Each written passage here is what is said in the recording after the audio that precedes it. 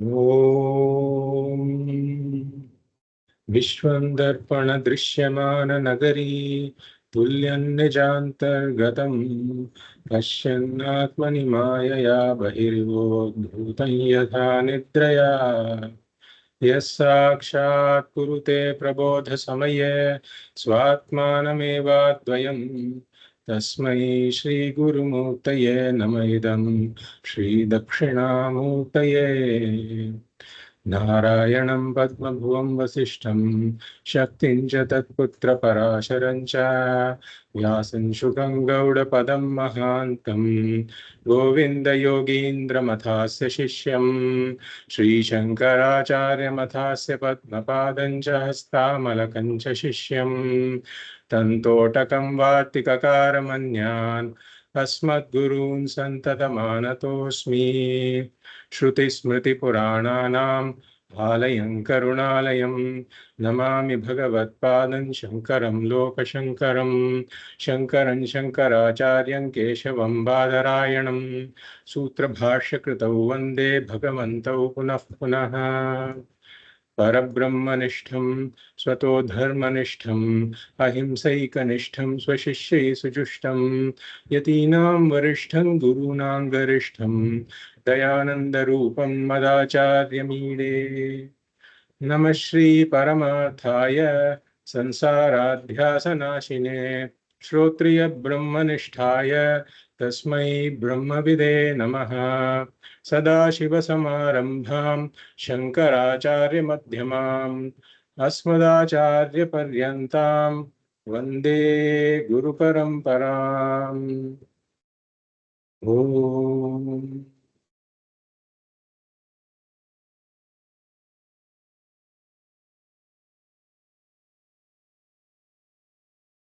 तपोभिः क्षीणपापानां शान्तानां वीतरागिणां मुमुक्षूणामपेक्ष्योऽयम् आत्मबोधो विधीयते.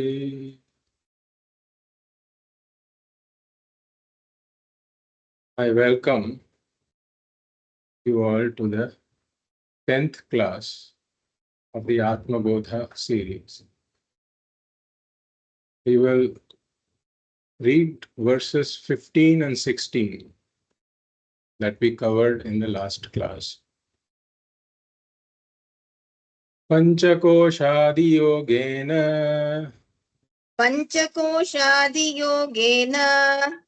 तत्तन्मय इव स्थितः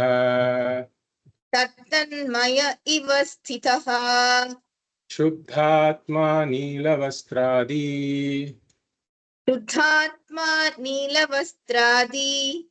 योगेन स्फटिको यथा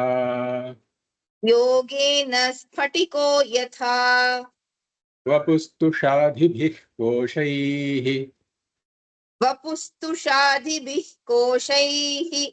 युक्तं युक्त्यवघाततः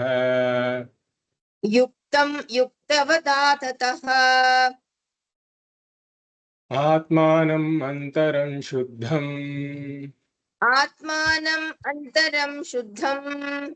विविच्यात् तण्डुलं यथा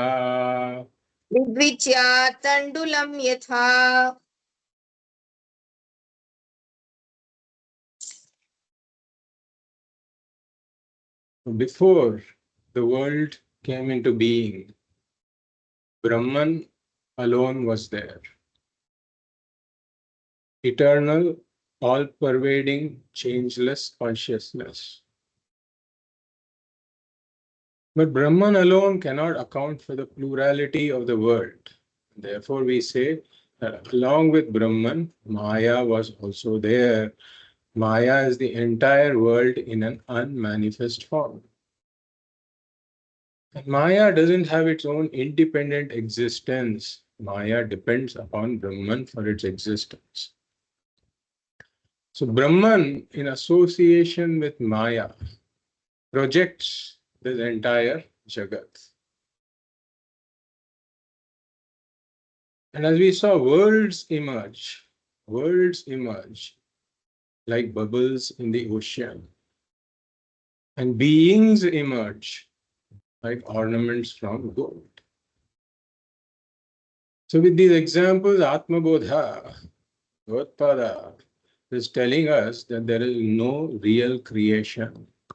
There is no substance that is really created. Creation is only creation of Nama Rupas. So once all these Nama Rupas become manifest, especially the Nama Rupa of the beings, which is the Sthula Sūkṣma śarīra of the various beings, then Brahman as though gets enclosed in each of these bodies, exactly like space gets as though enclosed within pods. And just as we talk about the multiplicity of spaces associated with different Namarupas, we now start to talk about multiplicity of consciousnesses associated with different Namarupas. But really speaking, Brahman hasn't changed at all, because we saw it's the Vivarta Upadana Karanam, it's the changeless material cause. So Brahman is as though enclosed within each of these bodies, as the consciousness within those bodies. Now the jivas, they refer to themselves as I.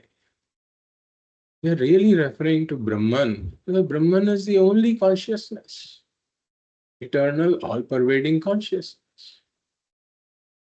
But then the avarana shakti of Maya comes in,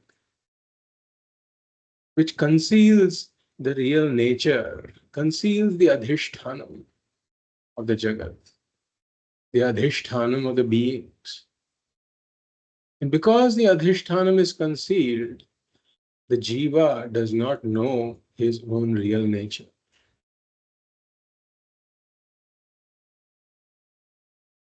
Therefore, instead of saying Aham Brahmasmi, that I am Brahman, the jiva says Aham Jivosmi, I am this jiva.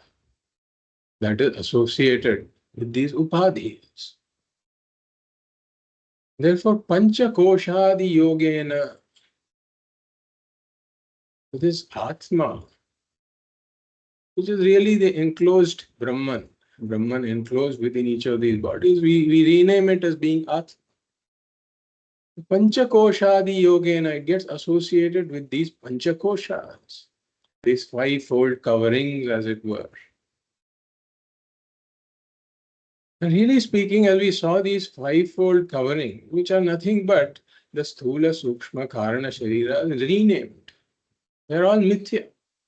There cannot be any association between Satyam and Mithya. The baker can never get married to the girl he sees in his dream. There cannot be any relationship between the two, because they belong to different orders of reality. So Satyam can have no connection with Mithya. But here we are saying yoga means connection. So Atma now gets connected to the Panchakosha. Panchakoshadi Yogena. Atma is Satyam, the Panchakosha is Mithya. How does this connection happen? Really speaking, the connection is impossible. Actually speaking, the connection never happens. But due to ignorance, the connection is made possible. Ignorance makes the impossible possible. And therefore, now Atma appears to be endowed with the attributes of the so-called coverings. Therefore, the jiva says, I am 45 years old, I am 70 years old, I was born, I am growing, I am decaying, I am dying. All of this is because the Atma has gotten mixed up with the attributes of the Anatma. Really speaking, it has not got mixed up. But due to ignorance, the jiva does this mix up. This is jiva's srishti. This is not Ishvara's srishti. This is jiva's srishti due to the ignorance. Exactly like these different colored clothes blue cloth, green cloth, red cloth. As they are placed next to the crystal and removed, the crystal appears to change colors from blue to green to red. Now, for somebody who doesn't know the real nature of the crystal, that it is ever colorless, somebody who doesn't know that, they will say that this crystal is now acquiring attributes and dropping attributes. It was red, it is now green, it was blue, it is now red, etc. But really speaking, the crystal is utterly, utterly unaffected all the time, even when it appears to be changing color. So for somebody, the crystal jnani knows that the crystal ever remains colorless, ever unaffected. So is the Atma. That's why Bhagavad Pada says, Shuddha-Atma. Atma is ever Shuddha. No matter whatever happens to the Panchakosha, the real nature of Atma is that it is utterly unaffected. Why? Because Atma is Satyam. Satyam can never be touched by whatever happens to Mithya. The gold can never be touched. Whatever happens to the ornaments can never affect the gold. The coming and going of the bubbles can never affect the water.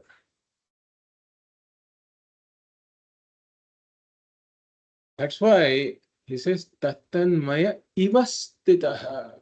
It only appears to acquire the attributes. It doesn't really acquire the attributes.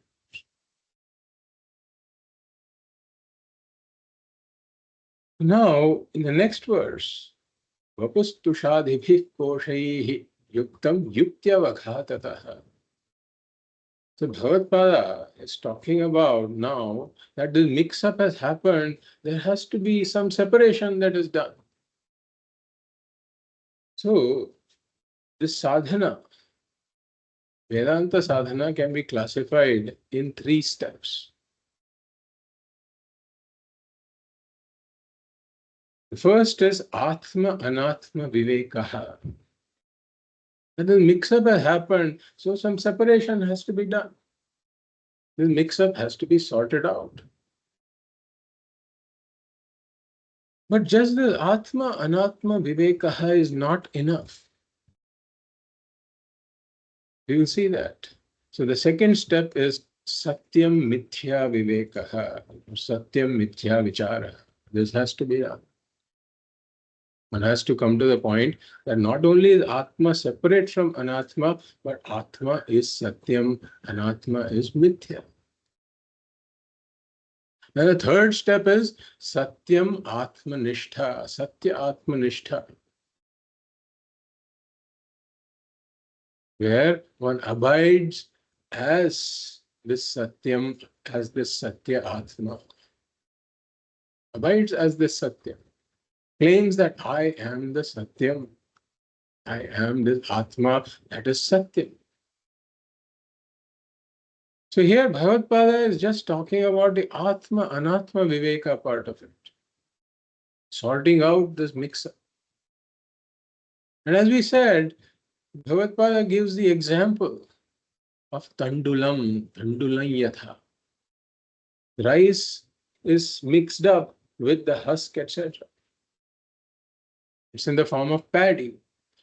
And in this case, the two things belong to the same order of reality. The rice and the husk belong to the same order of reality. So the mix-up is real in that order of reality.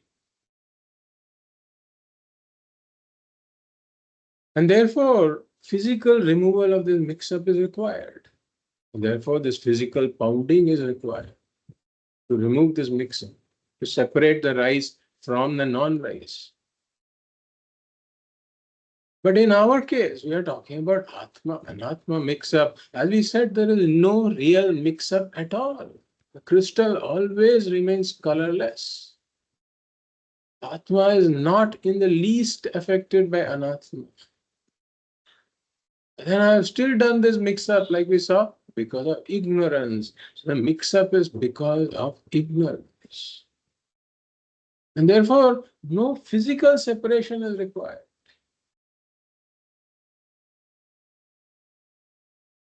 What I have to do is I have to use my buddhi and separate the two. And that's why it's yukti avaghatataha. Just like we saw the example of the moon. The child says the moon has its own light. But then as we study the subject matter, as one does sunlight, moon, viveka, one comes to the understanding that the moon doesn't have its own light. That sunlight is a separate, independent principle that pervades the moon and illumines the moon. Sunlight is not a product or property of the moon. But then I don't have to physically separate the moonlight from the moon. I understand using my intellect that even though the two appear to be mixed up, they are actually separate. So similarly, due to aviveka, the ignorant jiva says that this body has consciousness, this mind has consciousness. But now he is posed with the task of understanding that the two are actually separate. Where there are two, he is seeing one. So in order to see that they are two, he doesn't have to do a physical separation of the two. But he has to understand using the intellect that the two are separate. So consciousness is not a product, or property of the body-mind. Consciousness is an independent principle that pervades the body-mind and illuminates the body. So to come to this point, one has to use yukti, one uses reason, logic. So when we talk about logic, is logic something separate? Is it separate from the Shastras? For example, there are many Western philosophers who have used pure logic to try to arrive at what is the nature of reality. Or even within the Sanatana Dharma traditions, we find that there are Nyaya Vaisheshika. They give predominance to logic. Even though they accept the Vedas as being a pramana, they give predominance to logic. Saying logic is the primary means of gaining this knowledge. And that's a separate discussion. The conclusions that they arrived at are against Vedanta by using predominantly logic. So we say that dry logic independent of the Shastra, will not bring us to the truth. And therefore, this yuktihi or reason has to be in keeping with the vision of the Shastra. That's why we say Shruti Anukula Yuktihi. Shruti Anukula Yuktihi must be there. So what is the example? Like we said, that the Tika also mentions the example of such yuktihi. The sthula deho na Ātma karyatvat ghatavat. So this gross body is not the Atma. Why? Because it is an effect. The Atma, as we have said, is the ultimate upadhana karanam. The Atma is never an effect. The body is an effect. Really, it's an effect. Therefore, this body cannot be the Atma. Just like the pot is an effect that is produced from clay. The pot is a product that is produced from clay. Similarly, this body is a product. Any product I have to reject as being not Atma. So Swamiji gives this example of the relevance of logic in Vedanta. Let's take a vessel. Now the vessel has got milk. So I have to pour this milk into a bottle. Now the bottle has a narrow lid. It doesn't let in things very easily. If you try to pour it, the milk may spill. So we use a funnel. So now this funnel makes the pouring of the milk easier into the bottle. The funnel itself is not the source of the milk. Source of the milk is this vessel that contains the milk. Or we can say the source of the milk is the cow. So now, here, let's come to Vedanta. So we saw the Dṛśṭanta, meaning the example. What is the Darshtanta? What are we comparing it to? So the bottle is comparable to the mind. The mind is comparable to the body. And the milk is the teaching of Vedanta. And the cows can be considered to be the Upanishads, which are the source of the knowledge. The knowledge is the milk, the mind is the body. And the funnel is logic, reason. So the funnel that is logic or reason is not the source of the knowledge. It just makes it easier to pour this knowledge into this bottle-like mind. That's why we say that there has to be a pramana, that the knowledge always arises from a pramana. The pramana is the Shabda pramana of Vedanta. This logic is never a pramana, it's a tool. Logic is a tool that helps me assimilate some knowledge, internalize, take in some knowledge. Therefore, sthula deho na atma karyatvat ghatavat. This body is a product, therefore it cannot be the Atma. No product can be the Atma, exactly like pot. Pot is a product, and therefore it is not the Atma. Or we can say, sthula deho na atma drishyatvat ghatavat. That this body cannot be the Atma. Why? Because it is seen. Exactly like a pot. Pot is seen, it is not me. This body is seen, therefore it is not me. It is Dṛg-Dṛśya Viveka. Or we can say, sthula deho na atma agama payitvat abharanavat. Like the body comes and goes. Agama pai, this body is agama pai, comes and goes. Therefore, it cannot be the Atma. The Atma is anagama pai, meaning something that never comes and goes. Only that can be the Atma. That never comes and goes. The body comes and goes. It is there in waking state, not there in dream, not there in sleep. The sūkṣma śarīra comes and goes. It's there in waking, not there in dream, not there in deep sleep. Whereas I never come and go.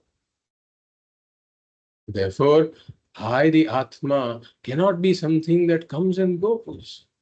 Therefore, this body, the sūkṣma śarīra, etc., cannot be the Atma. So this is how I use yukti avaghatataha. With this pounding of yukti, I achieve a separation of Atma and Anatma. And like we said, this separation is an intellectual separation, not a physical separation. I'm doing this separation with my buddhi.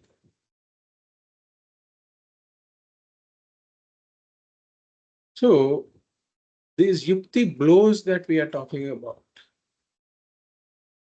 this can be done in two stages. One is during Shravanam and Mananam. So during Shravanam and Mananam, that is before the rise of Jnana. The other pounding is done after the rise of Jnana. This is because the identification with these upadhis is twofold. The twofold identification with the upadhis. One is due to ignorance. One is due to ignorance, I get identified with the upadhis. And the other is due to habit, I get identified with the upadhis. So during Shravanam and Mananam, when yuktihi, the pounding with this yuktihi is done, then at that point I am attacking the ignorance-based identification. I'm trying to achieve this separation this mix-up that has been done, I am sorting out the mix-up. This is Atma Anatma Viveka. But this separation also keeps us in Dvaitam only. Well, after the separation, I have come to two. I have come to a separate Anatma and a separate Atma. So this also is a limited Atma only. Even though I have done Atma Anatma Viveka. So the Atma Anatma Viveka brings me to Tvam Pada Lakshyartha. For those of us who went through Tattva Bodha, brings us to Tvam Pada Lakshyartha. Meaning that this individualized consciousness enclosed within the body mind, it brings me to that point. But then this has to be followed by Mahavakya Vichara. And Srishti Prakriya and Mahavakya Vichara. So Srishti Prakriya tells me Brahma Satyam Jagan Mithya. That Brahman is Satyam, the world is Mithya. When Mahavakya Vichara equates this Atma with this Brahman, that is the Karanam of the entire Jagat. So Atma Anatma Vichara brings me to this separate Atma, that enclosed consciousness. But it hasn't still informed me that this enclosed consciousness is the Karanam of the entire Jagat. So for that, I have to come to the Mahavakya Vichara, followed by Srishti Prakriya, followed by Mahavakya Vichara. That's when the entire picture is complete. That is when the Jnanam takes place. That this enclosed consciousness is really not separate from the all-pervading consciousness. That is the Karanam of the entire Jagat. At that point only, this consciousness is then elevated to become Satyam, and the Jagat is demoted to become Mithya. Atma Satyam Tadanyat Sarvam Mithyati. And this alone liberates, this knowledge alone liberates. Then one comes to this abidance in this Satyam Atma, that is what liberates. So during Shravanam and Mananam, at this point, we're doing Atma Anatma Vivekaha, separation of the Atma and Anatma, that is prior to the rise of Jnana. Yukti he is used. These blows are given. But these blows are directed at the Ajnanam and Avivekaha that arises out of the Ajnanam, the mix-up. But then after the rise of Jnanam, now the ignorance is gone. But there can still be an identification because of the momentum of habit. He knows that I am not this body-mind. That still gets identified with the body-mind purely because of habit. This habit-based identification to tackle this is done in Nididhyasanam. Nididhyasanam is purely meant to tackle this habit-based identification. So any subsequent Shravanam that is done after the rise of Jnanam becomes Nididhyasanam. That is Shravana Abhyasa Rupa Nididhyasanam. Any subsequent Shravanam after the rise of Jnanam becomes Nididhyasanam, and that now tackles the habit-based identification. So this pounding that is done during Shravanam after the rise of Jnanam becomes this pounding at the habit-based identification.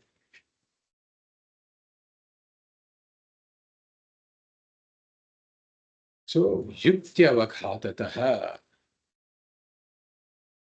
Atmanam Antaram Shuddham Vivichyat. So one separates the Atma from Anatma. We'll now go to the next shloka. Sada Sarvagatopyatma. Sada Sarvagatopyatma. Na Sarvatra Bhasate. Na Sarvatra Vabhasate. Buddha Vevavabhaseta. Buddha Vevavabhaseta. Svacheshu pratibimbavat. स्वच्छेषु प्रतिबिम्बवत्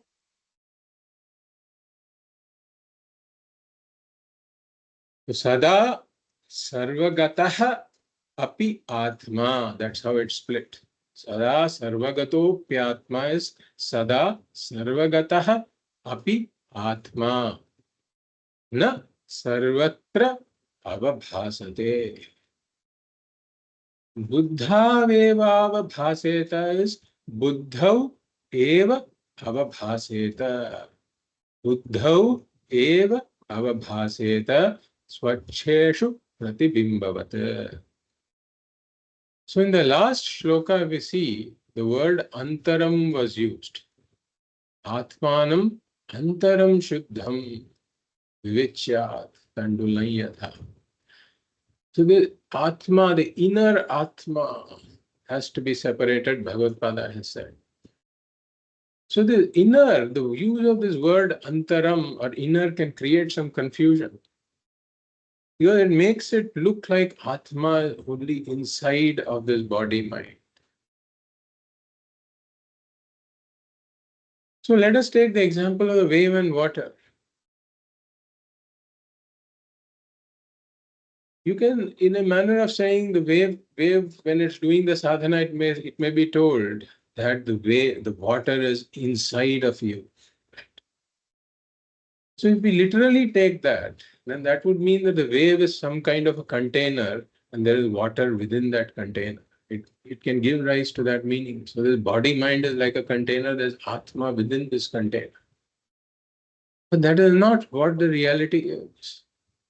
So the word antaram is better understood as being adhishthanam. In fact, wherever the word antaram comes up, we should understand it as adhishthanam.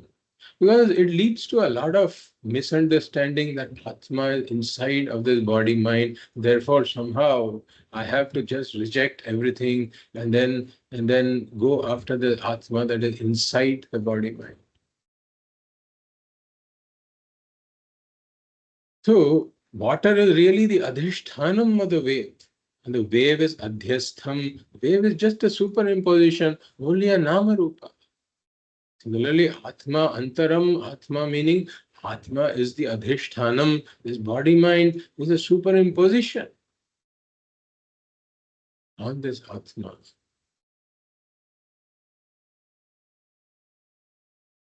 So Atma is the final Adhishthanam that we have to come to of the entire Jagat. And therefore, Atma is actually all-pervading. It is not limited to this body mind. Saying that it is inner limits the Atma. Therefore, here, this shloka is telling us that Atma is all-pervading. So in this verse, Bhagavad-pada is clarifying this third feature of consciousness that we saw. Consciousness is not a part, product, or property of the body-mind.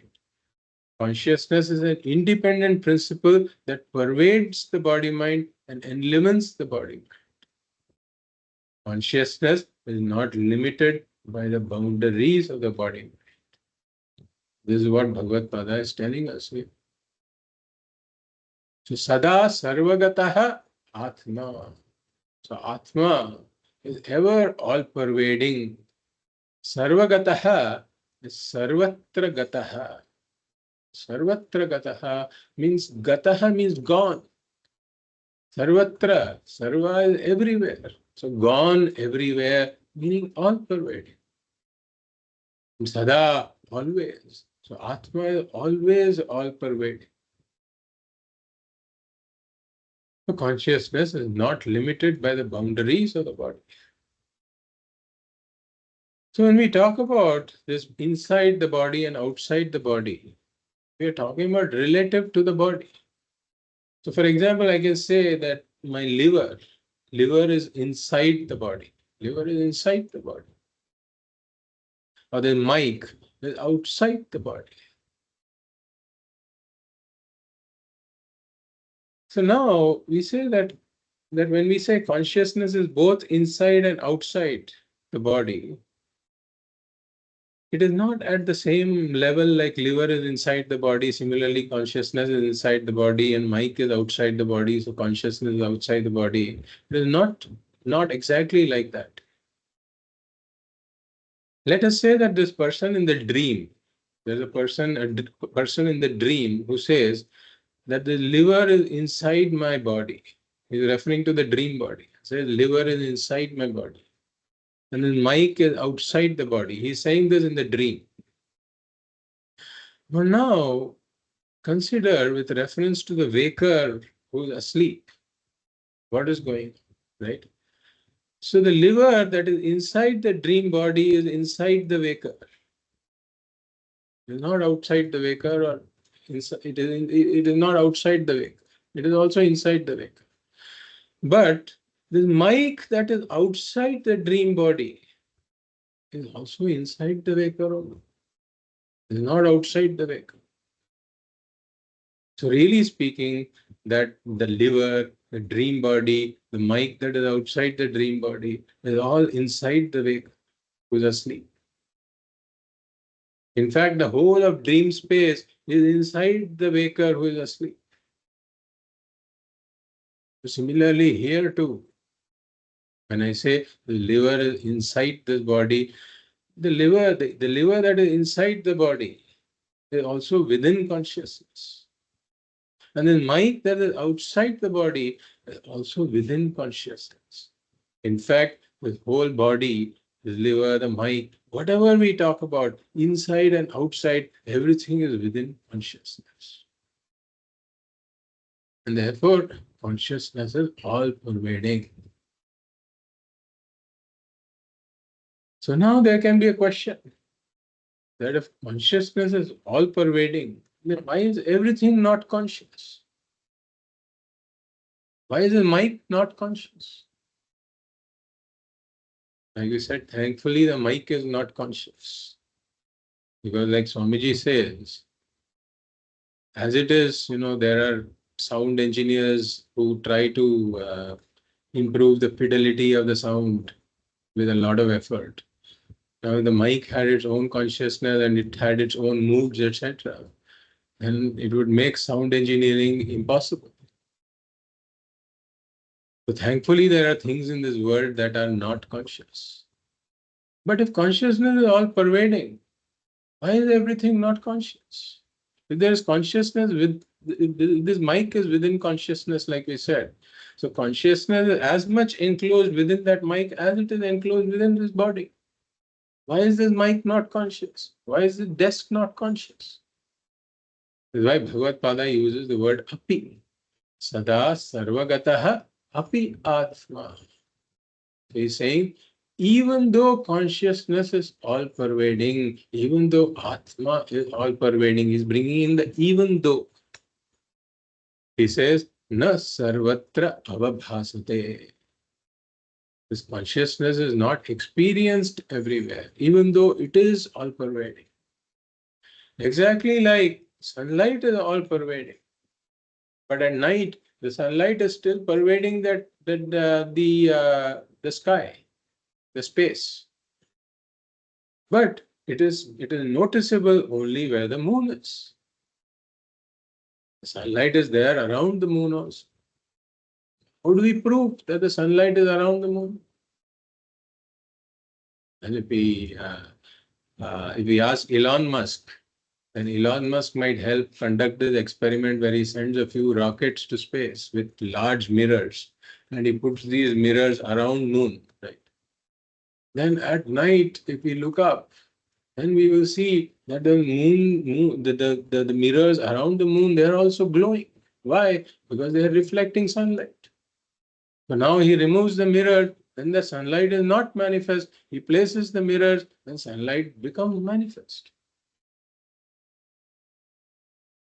So even though sunlight is all-pervading, it is not experienceable everywhere. It needs a medium to experience it. So similarly, even though consciousness is all-pervading, it is not experienced everywhere. It needs a medium to experience it. Another example, right? We take the example of fire. The fire has got both heat as well as light. That's why we light a candle when there's a power cut. Why?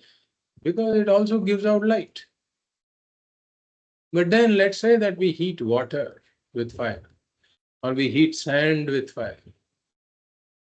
Then water becomes hot, sand becomes hot, but water doesn't start glowing like fire. Sand doesn't start to glow like fire. It only gets the heat aspect of fire, not the light aspect of fire. But if we were to take an iron ball and place it in fire, then the iron ball not only gets the heat of the fire, it also starts glowing. That's why we call it the red hot iron ball. So the special medium of iron, the light of the fire also manifests. But in the absence of such medium, in water or sand, the light of the fire does not manifest, only the heat manifests.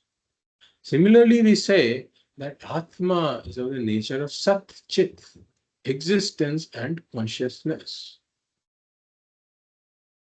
So the existence aspect of Atma is visible everywhere.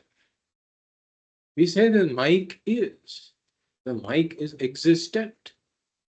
When I say mic is existent, it has really borrowed the existence from Atma. The existence belongs to Atma, the all-pervading Atma. Whenever I say something is existent, I am really referring to the existence of the Atma that is manifest there as that existent object. Existence of the Atma plus the Namarupa of the object is present there. Which is why I say the object exists.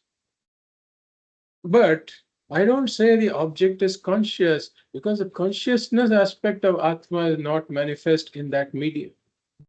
Exactly like in the sand, the light of the fire is not manifest, only the heat is manifest.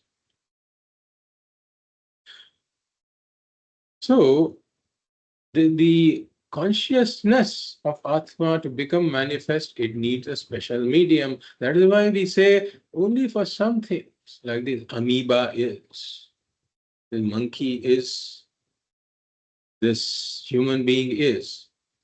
We say is meaning they are existent, but we also say is conscious. The amoeba is conscious, the monkey is conscious, the human being is conscious, because only in these media the consciousness aspect of Atma also becomes manifest. So both the existence and consciousness are manifest in these beings, whereas in the inert objects only the existence of Atma is manifest.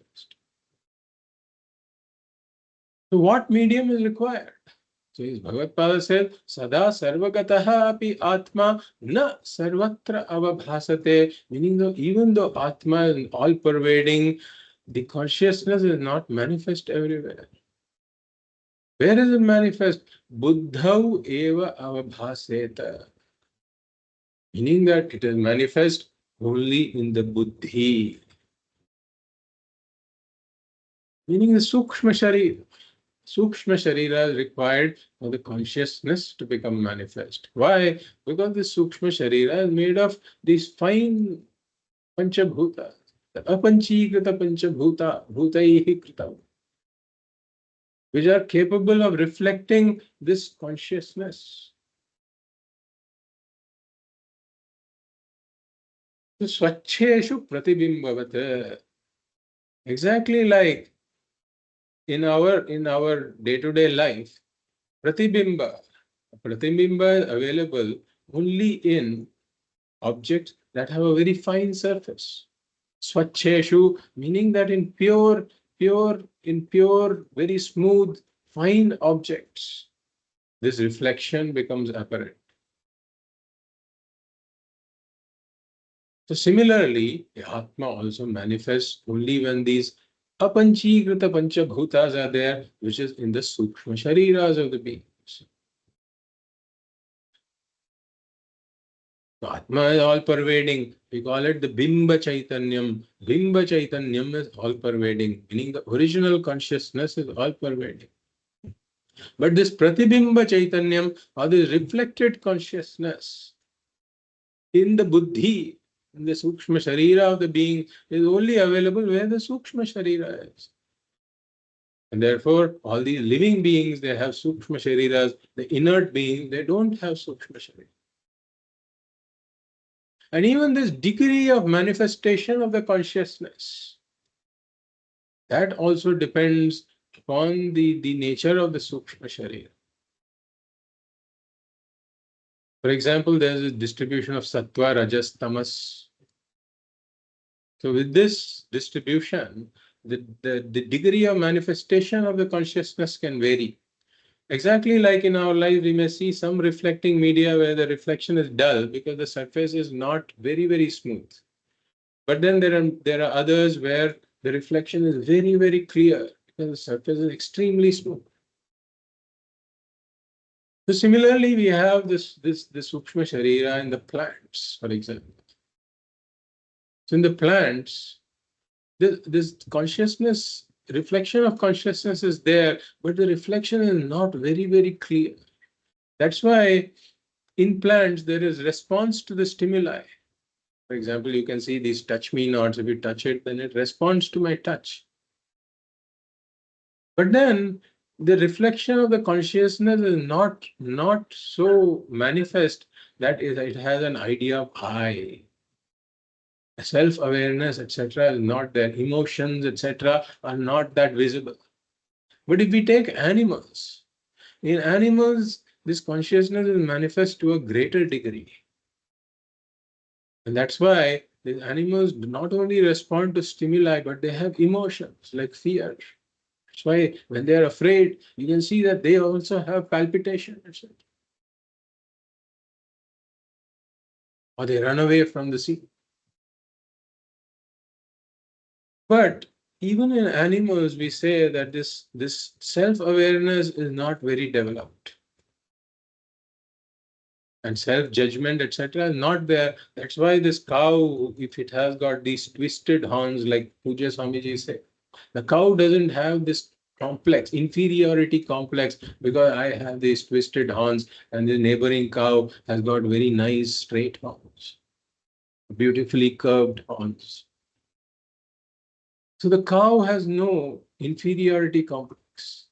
But in humans, this awareness is manifest to a great degree. And that's why there is self-awareness, not only response to stimuli, there is self-awareness, emotions, and also self-judgment. That's why this conclusion that I am apurna.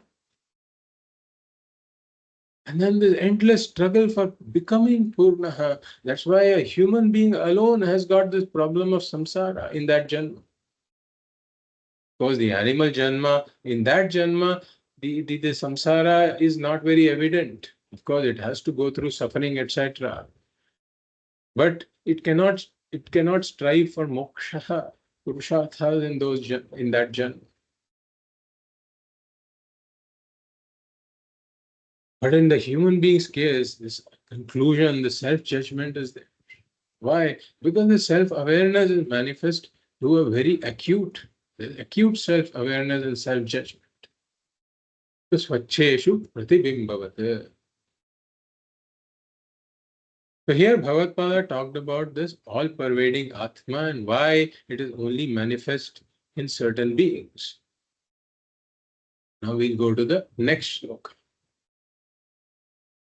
Dehendriyamano buddhi देहेन्द्रियमनो बुद्धि प्रकृतिभ्यो विलक्षणम् प्रकृतिभ्यो विलक्षणम् तद्वृत्तिसाक्षिणं विद्यात् तद्वृत्तिसाक्षिणं विद्यात् आत्मानं राजवत् सदा. आत्मानं राजवत्सदा. Here, Bhagavad, after having highlighted the third feature of consciousness, that consciousness is not limited to the boundaries of the body-mind, Bhagavad is now highlighting the second feature of consciousness. That consciousness is an independent principle that pervades the body, mind, and illumines it. It's an independent principle, just like sunlight is an independent principle that pervades the moon and illumines it. So the independence is highlighted by the word vilakshanam. Means consciousness is something that is entirely different. It's of a different nature altogether compared to dehendriya, mano, buddhi, etc. So the most fundamental difference is consciousness is not matter. Consciousness is not matter. Everything else can be classified as matter. And this is why science is struggling with consciousness. Because all our senses and the instruments, scientific instruments, etc., they are only meant to deal with matter. Like matter on a very big scale, like these stars. We have telescopes that extend our sense of vision up to the stars that are that have large quantities of matter. And then we have the ability to extend our vision to the very small also. With microscopes, we can see microbes whose bodies are constituted with very small amounts of matter. But when we come to the observer can never be observed. So this consciousness that is in the form of the observer in every being, that consciousness can never be observed. And it is not material at all. That's why we call matter and spirit. The consciousness is spirit. It is unlike matter. And therefore, science is committed to the Laukika Pramanas, Pratyaksha, Anumana, etc. With that, it can never come to know the nature of the spirit, consciousness. That's why one has to come to Vedanta Shabda Pramana. We say only Vedanta Shabda Pramana can reveal the nature of this consciousness. Vilakshanam, meaning that it is different. Compared to what? Dehendriya mano buddhi prakrutibhyo vilakshan. So Deha refers to this sthula shari. It is different from this sthula shari. Because the sthula sharira is also made up of panchikrita panchamaha bhuta, matter. And indriya, it is different from the sense organs also. The jnanendriyas and karmendriyas, they are made of the sūkṣma panchabhutas, apanchikita panchamahabhutas. And different from manas also. The manas is again sūkṣma panchabhutas. It is also matter, very fine matter, which is why there are all these medicines, mind-altering drugs are there. A person is feeling depressed, that person is given some mind-altering drugs, suddenly the person feels elated. Why? Because these drugs are able to influence the mind.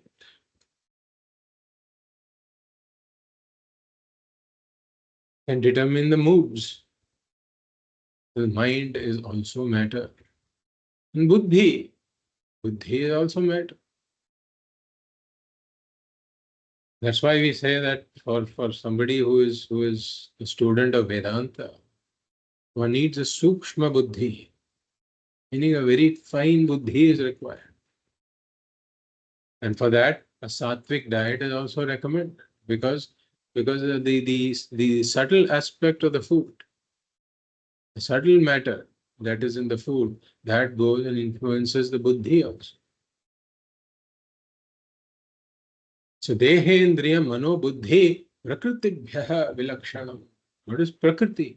Prakriti refers to the karana śarīra, which is also unmanifest matter. It is at the same level as Maya. Maya is unmanifest matter. So Atma is different from all of these. Dehe, Indriya, Mano, Buddhi, Prakriti-bhyo vilakshana.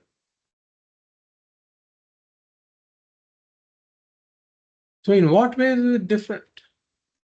We say all of these, Dehe, Indriya, Mano, Buddhi, etc. They have these fivefold characteristics that Swamiji talks about. They are different from Atma, is different from these because they have these fivefold attributes. Because they have these, so we say Dṛśyatvat. They have Dṛśyatvam, meaning they are seen. Dṛśyatvat. Bhautikatvat. They have Bhautikatvam, Bhautikatvat. Meaning that they are made of all these elements and elementals. Bhautikatvam. Dṛśyatvam, Bhautikatvam. Sagunatva, they are sagunam, meaning that they have attributes like Shabda, Sparsha, Rupa, Rasa, Gandha, etc. Savikaratva, meaning that they have these modifications. They are all subject to modifications. And Agama Payitvat, meaning they are subject to coming and going. Dṛśyatvat, Bhautikatvat, Sagunatvat, Savikaratvat, Agama Payitvat. Because of these reasons, they are not the Atma. Atma does not have Dṛśyatva. Why? Because it is Dṛk, it is the seer. Atma doesn't have Bhautikatva. Because Atma is not made up of these Panchikrita or Apanchikrita Panchabhutas. It does not matter at all. And Atma is Nirguna, therefore it doesn't have Sagunatva. And Atma is Nirvikaraha, changeless, therefore it doesn't have Savikara. And Atma is Anagama Pai, never comes and goes, whereas these other things are Agama Pai. Therefore, Atma has got opposite nature compared to all of these. Therefore, Vilakshanam, Dehendriya, Mano, Buddhi, Prakritibhyo Vilakshanam. And what is Atma? Tadvritti Sakshinam Vidyat. Atma is the one that is aware of the functions of all of these. Dehendriya, Mano, Buddhi, Prakritibhya. Atma is aware of the functions of these. Tadvritti Sakshinam Vidyat. One should know the Atma as the sākṣī of the functions of all of these. As a witness of the functions of all of these. So when we talk about a witness, for example, of a crime scene, then this witness is somebody who observes the crime scene but doesn't participate in the crime scene, not a participant. So an uninvolved observer of the crime scene, but and at the same time not a participant in the crime scene. Similarly, Atma is an uninvolved observer, witness, sākṣī of the functions of all of these, never a participant in the functions of all of these. So here, again, Bhagavad is talking about Dṛg-Dṛśya Viveka. And whatever I observe, whatever I experience, I am not that. I experience the pot, I am not the pot. I experience the wall, I am not the wall. So I can extend this to saying, whatever I experience, I am not that. Wherever Dṛśyatvam is, I am not that, because I am the Dṛk, I am the seer. Whatever is seen is Dṛśyam. So this body is also an object of experience. I've negated the whole world saying it's seen. I'm not the world. I come to this body. Body is also an object of experience, but I can get confused because this body is not just an object of experience, it's also an instrument of experience. And therefore I take the body to be me. But then it's somewhat like my specs. Like the specs are an object of my experience. When I'm cleaning the specs, they're an object of my experience. But when I wear the specs, they become an instrument for my experience. But in either case, I know that I am not my spectacles. Similarly, this body is an object of my experience. It is also an instrument of my experience. So I am the seer of the body, I am also a user of the body. Either way, it is not me. Similarly, the mind, I am aware of all the emotions in my mind. Kama, Krodha, Lobha, Moha, etc. I am aware of the emotions in my mind. Therefore, the mind is an object of my experience. But you also use my mind to experience other things. So it's also an instrument of my experience, instrument for my experience. So in that case, I become a user of my mind. Either case, I am not the mind. Mind is drishyam, I am drik. Body is drishyam, I am drik. So this drik, the seer is just renamed as sākṣī here. The sākṣī is drik, nothing but the drik, the seer. And whatever is seen, experienced is drishyam or sākṣyam. So I negate everything that I experience as not me, not me. This is how I do the Atma Anatma Viveka. Neti, neti, it's called. Na iti. Whatever is drishyam is not me. Na iti, na iti. Neti, neti. So I keep negating whatever I experience. I negate the world. I negate the body because I experience the body. I negate the mind as not me because I experience the mind. Having negated everything, what is left is the sākṣī, is the Ātma. So then I can ask a question, that how do I experience the sākṣī? How do I experience the sākṣī? Because you're telling me I have to gain self-knowledge, so I have to experience the sākṣī. So we say that that is a wrong question. The eyes can experience everything else except themselves. I have never seen it. It's interesting. My whole life, I have seen everything else with my eyes. But with my eyes, I have never seen my own eyes. Similarly, the tongue can experience tastes of everything else, but the tongue cannot taste itself. So similarly, we say that the experiencer, the ultimate sākṣī, can experience everything else as an object. Everything else becomes an object of experience for the sākṣī. But the sākṣī itself never becomes an object of experience for the sākṣī. The sākṣī can never be objectified. That's why Dṛg-Dṛśya Viveka, there's another text, Dṛg-Dṛśya Viveka, that says, Sākṣī Dṛgeva natu drishyate. The sākṣī ever remains the drig, it is never the drishyam. Because whatever is drishyam becomes this. I can always call it this object, this object. The I can never become a this. So sākṣī ever remains this I, that is ever the drik, never the drishyam, never becomes a this. So I can never experience the sākṣī as an object. Then one may ask, then how do I know myself? If I can never experience myself as an object, how can I know myself? And you are telling me that jnanam vina mokshaha na siddhyati. I have to have this jnana.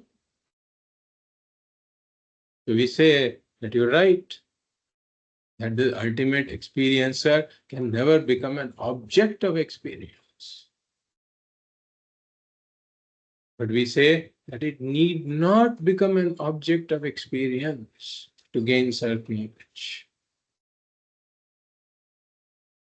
You are the one who uses your instrument of the mind, etc., to know everything else. And you know the mind also. You are the knower of the mind.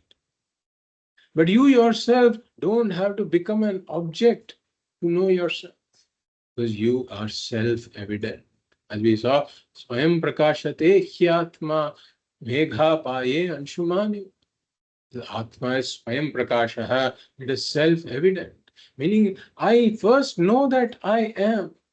To know that I am, I don't need any process of knowledge at all. I know that I am without being an object of my experience. I know that I am. And because the Atma is self-evident, first I know that I am, and then I objectify everything else. So everything else is revealed by me, but I am self-revealing, I am self-evident. And therefore we say that I should not try to experience myself as an object. That can never happen. If I experience myself as an object, then I become the experienced. And that means that there is some other experiencer other than me who is observing me, which doesn't make any sense at all. So I am the ultimate experiencer. I can never be objectified, but I need not objectify myself because I am self-evident. So I know myself. Tadvritti sakshinam vidyat. Know yourself as this sākṣī, as this self-evident witness of everything else. So Atmanam vidyat. Know this sākṣī, this ever unobjectifiable witness of everything. Know that to be yourself. Atmanam vidyat. So initially the student starts off by thinking that the Atma is within me. So I am this body mind, that this witness sākṣī is within me, the Atma is within me. That's the mix-up. But we say that with Dṛg-Dṛśya Viveka, when everything else is rejected as not me, then one claims that I myself am the witness of the body and mind. So Atma is not within me, but I am the Atma that is the witness. So you are, the witness is not within you, you are the witness. I have to come to that point. And Bhagavad gives an example, Rajavat Sada, meaning like a king. So this body is compared to the fort, compared to a fort. Then this buddhi can be compared to the chief minister. This manas can be compared to other ministers, etc., who are doing their jobs. The jnanendriyas can be compared to the spies in the kingdom. These karmendriyas can be compared to the foot soldiers. What is the Atma here? The Atma is like the king. The king, if you see the king, most of the pictures show the king just sitting there on the throne, just observing everybody.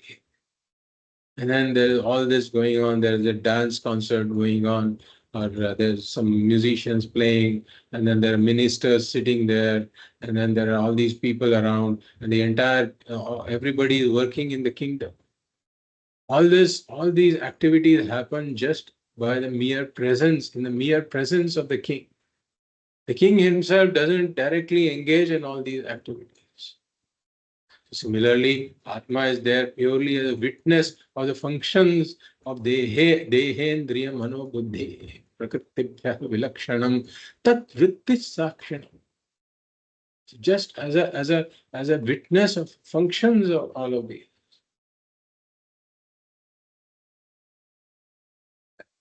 So this is how the Atma is compared to the king. And the other reason for comparing to the king is that a king, you go to the kingdom, you go to the palace, you can immediately spot the king as being somebody who is very distinctly sitting on the throne. You can't confuse the king and other people, because the king has got all this lustre, right? And with his crown, etc., the king is sitting there. So not mistaken with other things, because it is vilakshana, very, very different from the other thing. So similarly, we say that the Atma is vilakshanam because of all these reasons. Everything else is drishyatvat, bhautikatvat, sagunatvat, savikaratvat, agamapayatvat. Atma is very different from all of these, and moreover, Atma is self-evident. So Atma is like this king seated in the fort of this body. We will cover the next shloka also, because it's a briefly conveyable idea. Vyapriteshvindriyeshvatma व्यापृतेष्विन्द्रिये आत्मा vyapari va vivekinam व्यापारी वा विवेकिनाम् drishyate bhreshu dhavatsu दृश्यते भ्रेषु धावत्सु dhavanniva yatha shashi. धावन् इव यथा Shashi. So here, Bhagavad Pada is talking about the actionlessness of Atma. So we saw the all-pervasiveness of Atma today. And we saw how Atma is very different, vilakshanam, compared to Dehendriya Manobuddhi and the witness of all of their functions. And here Bhagavad Pada is emphasizing that the Atma is akarta, actionless. So vyapriteshu indriyeshu. So here indriya refers to all of these sense organs. But we can take the mind and buddhi also, the antakaranam also, as an antar indriya. It's an inner organ. So just like all of these sense organs and the inner organ, mind, buddhi, so we can include body, mind, senses, everything. Vyapriteshu, meaning when they are active. So all of the body, mind, senses, etc. engage in various activities.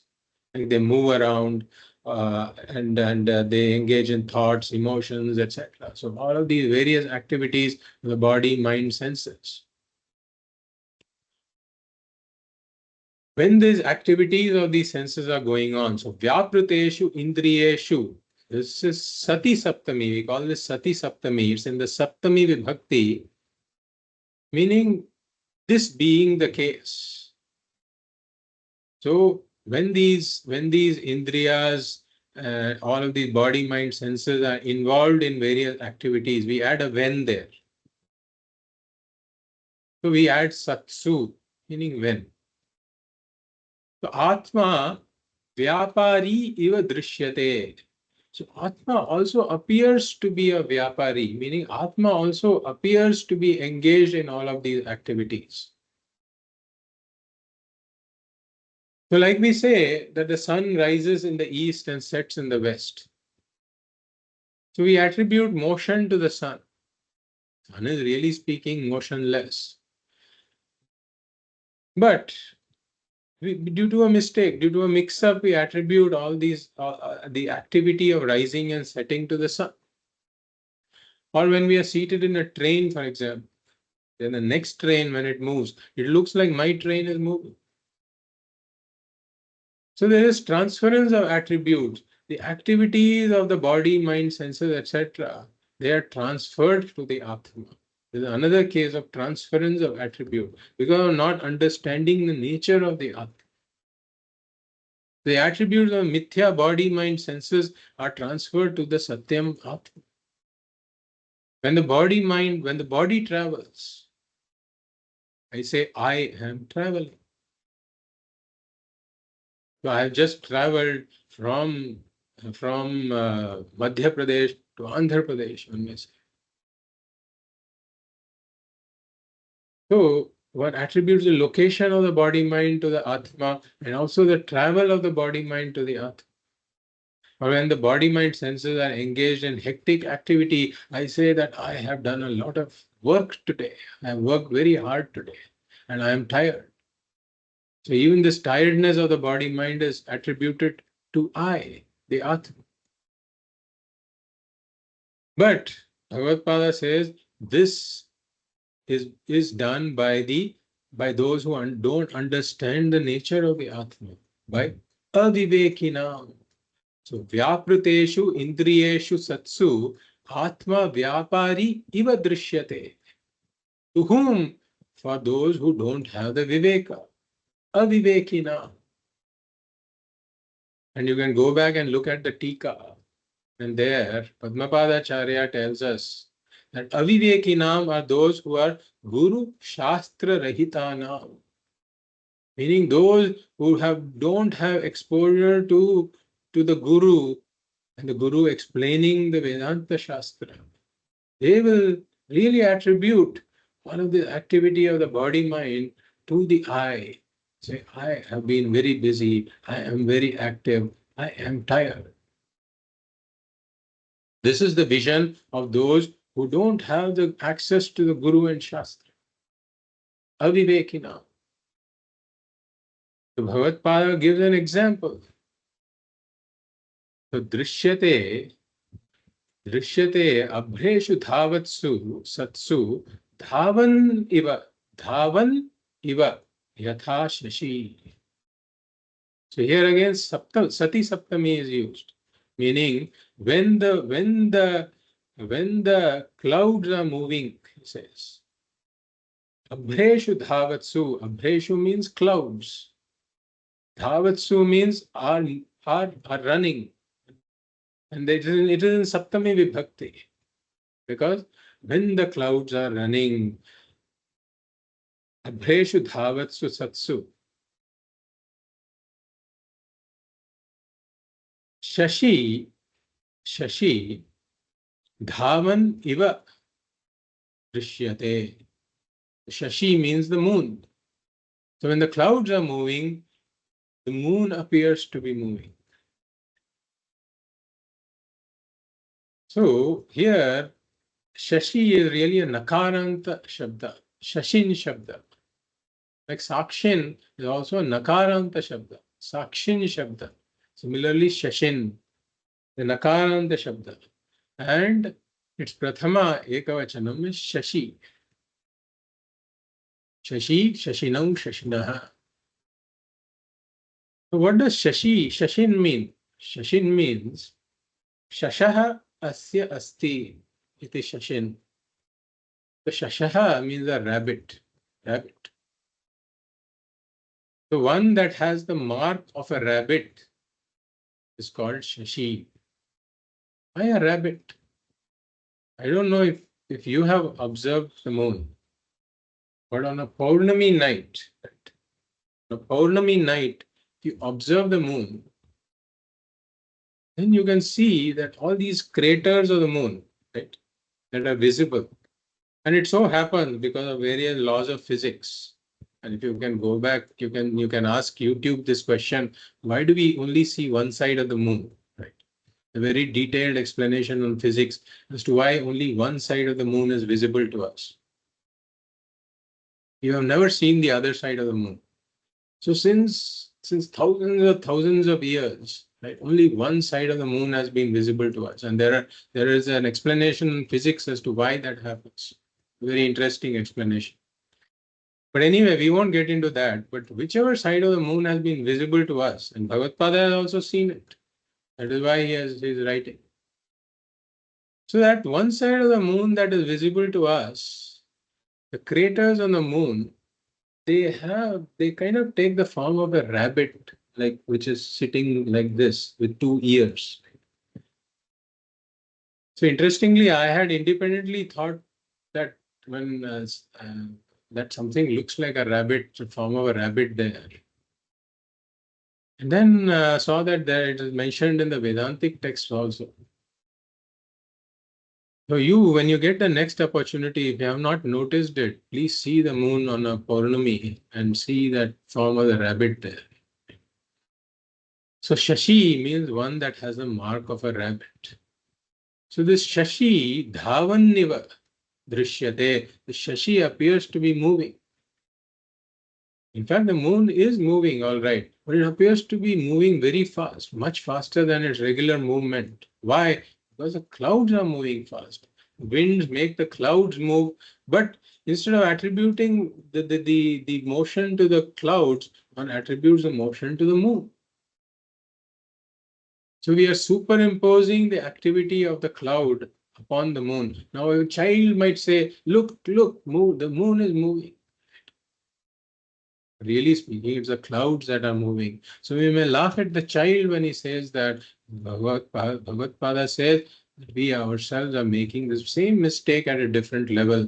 The attributes of the body and mind, the activity of the body and mind, we are superimposing upon the Atma. Actually, the Atma is changeless, nirvikaraha, and therefore it is akarta, meaning it can never engage in any activity at all. The activity requires change, and Atma is ever changeless. Therefore, Atma is akarta. So this is again a mix-up, and we have to correct this mixed up. We have to understand the Atma as akarta, meaning one never engages, one that never engages in any activity. Atma is actionless. So today we saw the all-pervading nature of the Atma, the witness nature of the Atma, the actionlessness nature of the Atma. Om Purnamadaഃ Purnamidam Purnāt Purnamudachyate Purnasya Purnamadaya Purnamevavashishyate. Om Shanti Shanti Shanti. Hari Om Shri Gurubhyo Namaha. Hari Om.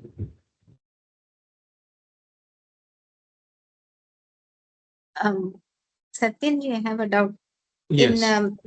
In verse number 28, Dehendriya Mano Buddhi Prakritibhyo, the Prakriti that I didn't catch it. What is that Prakriti? Yes. So Dehendriya Mano Buddhi Prakritibhyo Vilakshanam. That is in verse 18. Verse 18. Oh, sorry. Okay. So the Prakriti there refers to the Karana Sharīra. So we can take it as like we saw in Tattva Bodha, Sthula Sūkṣma Karana Sharīrat Vyatiriktaha. So the same point is being made here. So that is one explanation of Prakriti, that it is the Karana Sharīra. So this is a compound word. Dehendriya Manobuddhi Prakriti is a compound word, a samasa. So one way to explain this is Prakriti is the Karana Sharīra. So we can say Dehendriya Manobuddhi Karana Sharirebhya Vilakshana or Vyatiriktam, right? Okay. The other explanation is that Deha, Indriya, Mano, Buddhi themselves are the Prakriti. Okay. And there it refers to themselves. They are called Prakriti because they are a modification of Prakriti, a modification of Maya. So the Atma is distinct from Deha, Indriya, Mano, Buddhi, etc. that are modifications of Maya. So Atma is different from all these modifications of Maya and Maya itself. So that is another way to look at it. Okay.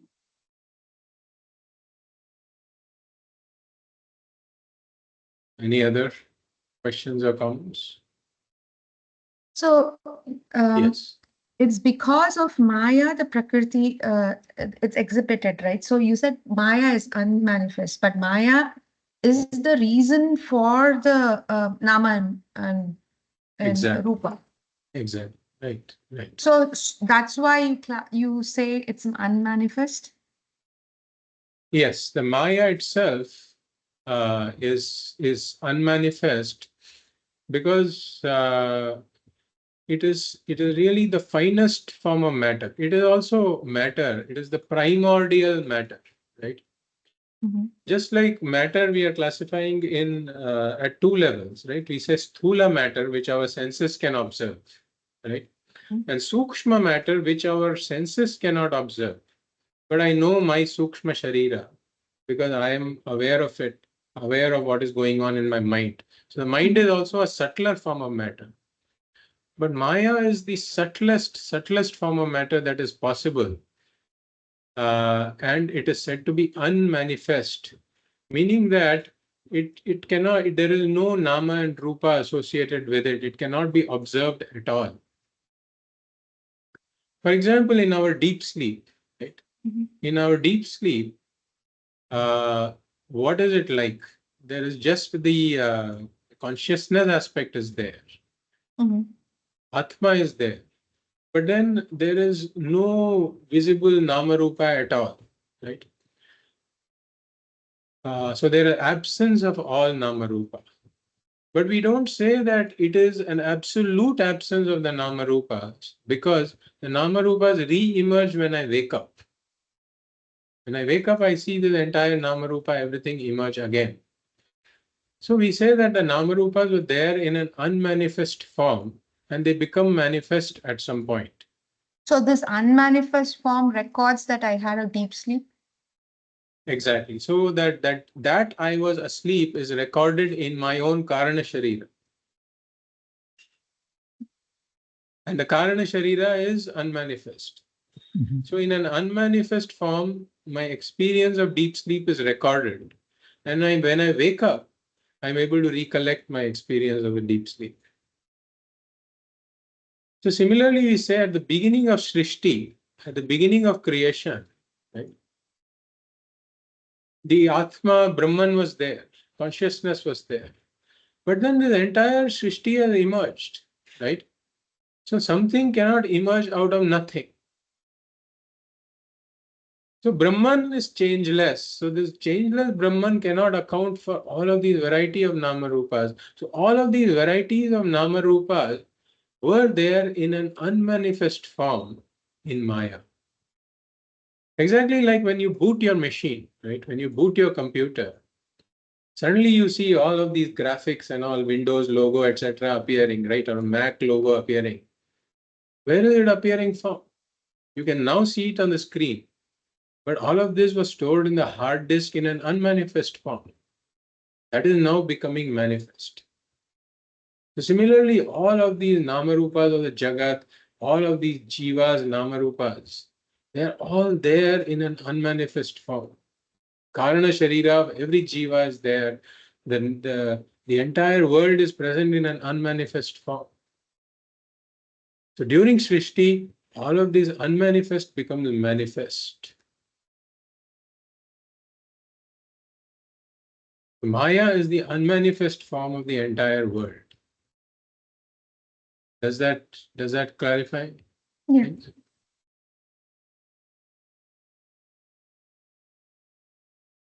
Sure. Thank you.